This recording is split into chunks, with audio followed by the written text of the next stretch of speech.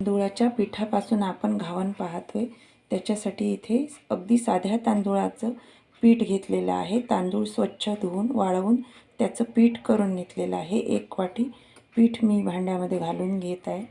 त्याच्यामध्ये आता 2 वाट्या पाणी घालायचं आहे।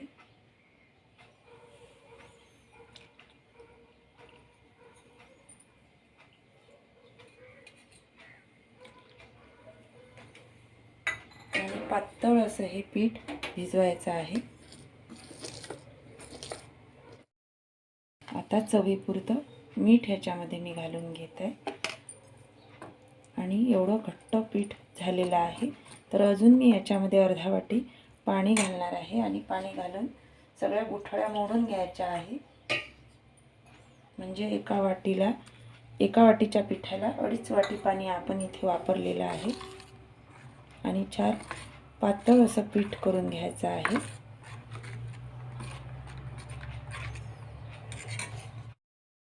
आता इथे पूर्ण गुठळ्या याच्यामधल्या मी मोडून घेतलेल्या आहे आणि एवढं पातळ पीठ केलेलं आहे।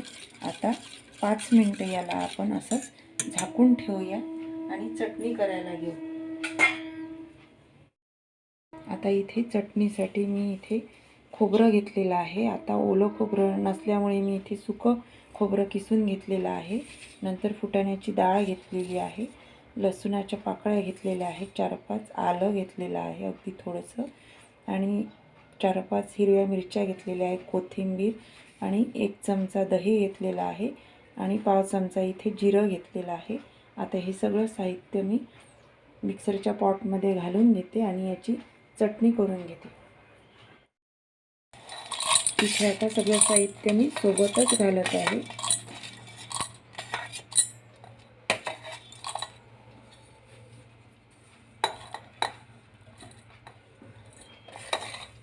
आणि चटणी करत असताना पहिल्यांदा मी हे सगळं एकदा फिरवून घेणार आहे। त्याच्यानंतर आपल्याला जर याच्यामध्ये पाणी घालायचं असेल तर पाणी आपण घालू शकतो।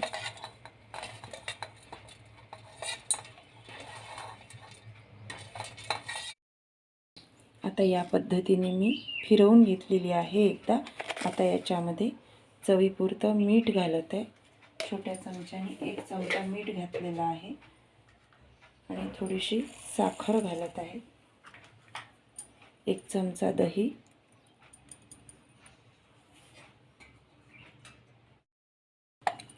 आता इथे एकदा फिरवून घेते आणि याच्यामध्ये अर्धा वाटी पाणी घालून घेते।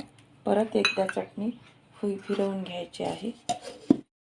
आता इथे चटणी माझी तयार झालेली आहे आणि चटणीला फोडणी आता मी देत आहे। त्याच्यासाठी तेल गरम करत ठेवलेलं आहे। जिरं मोहरी छान तडतडलेलं आहे तेलामध्ये। आता चिमूटभर हिंग घालून घेत आहे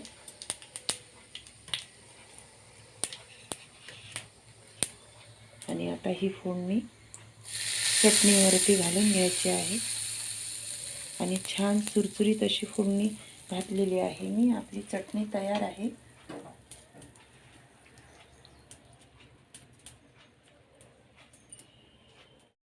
इथे पीठ छान तयार झालेलं आहे आणि घावणे करण्यासाठी मी इथे नॉनस्टिकचा तवा वापरलेला आहे। आपल्याजवळ बिडाचा तवा नसेल तर या तव्यावरती पण आपण घावणे छान करू शकतो। तव्यावरती छान तेल घालून घेतलेलं आहे आणि पुसून घेतलेलं आहे मी, आणि आता गरम करून घेतलेला आहे। त्याच्यावरती अशा पद्धतीने सोडून घ्यायचं आहे।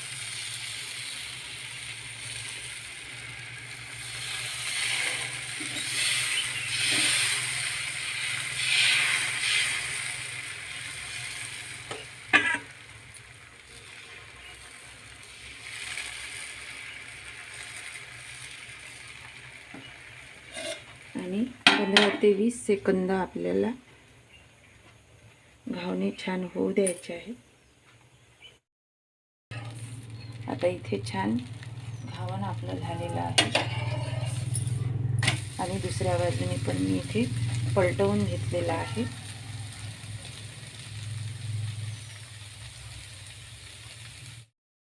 आता 2 ते 3 सेकंद मी दुसऱ्या बाजूने करून घेतलेला आहे आणि आता आपण काढून घेऊ। इथे मी खमटीची टोपली घेतलेली आहे आणि त्याच्यावरती हा घावण ठेवून घेतलेला आहे, म्हणजे याचा घाम येणार नाही आणि चिकट होणार नाही। त्याच्यानंतर साध्या प्लेटमध्ये काढून घ्यायचं। हे मी पीठ प्रत्येक वेळी असं खाली वर करून घ्यायचं आहे, म्हणजे एकसारखं होईल। आता आपण टाकून घेऊ।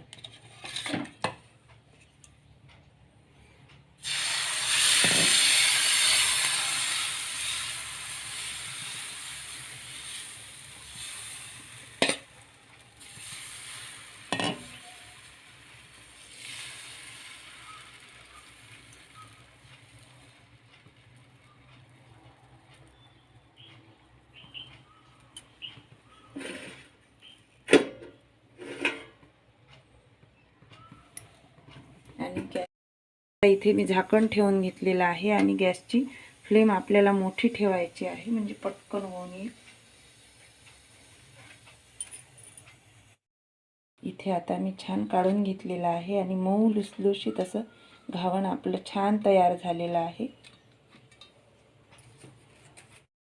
15 ते 20 सेकंदानंतर मी इथे झाकण काढून घेतलेलं आहे आणि अशा कळ्या छान सुटून येतात।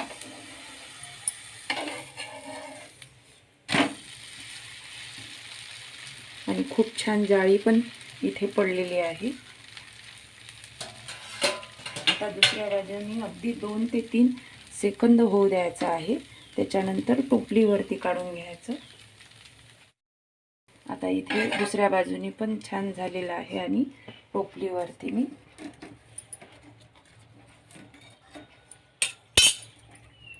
घालून घेतलेलं आहे,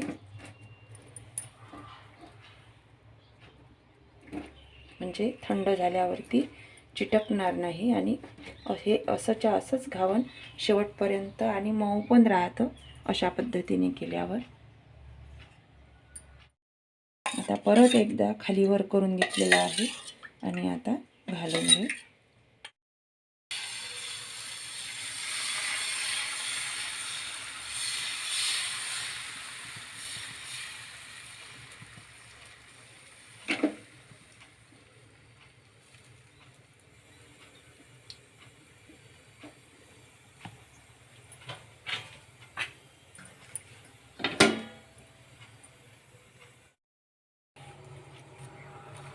आता इथे बघू शकता तुम्ही किती छान झालेला आहे आणि गार झालेला आहे आणि जाळी पण खूप छान आलेली आहे आणि मऊ लुसलुशीत झालेला आहे। इथे 1 वाटी पिठामध्ये माझी अशी मोठी मोठी घावण झालेली आहे। 3 घावण झालेली आहे। आता इथे 2 झालेली आहेत आणि 1 होत आहे।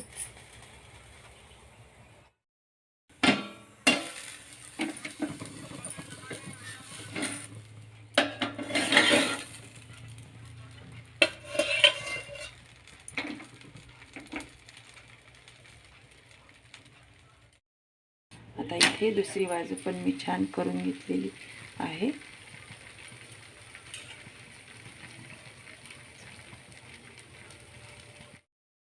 आता इथे तिसरं पण माझं काढून झालेलं आहे।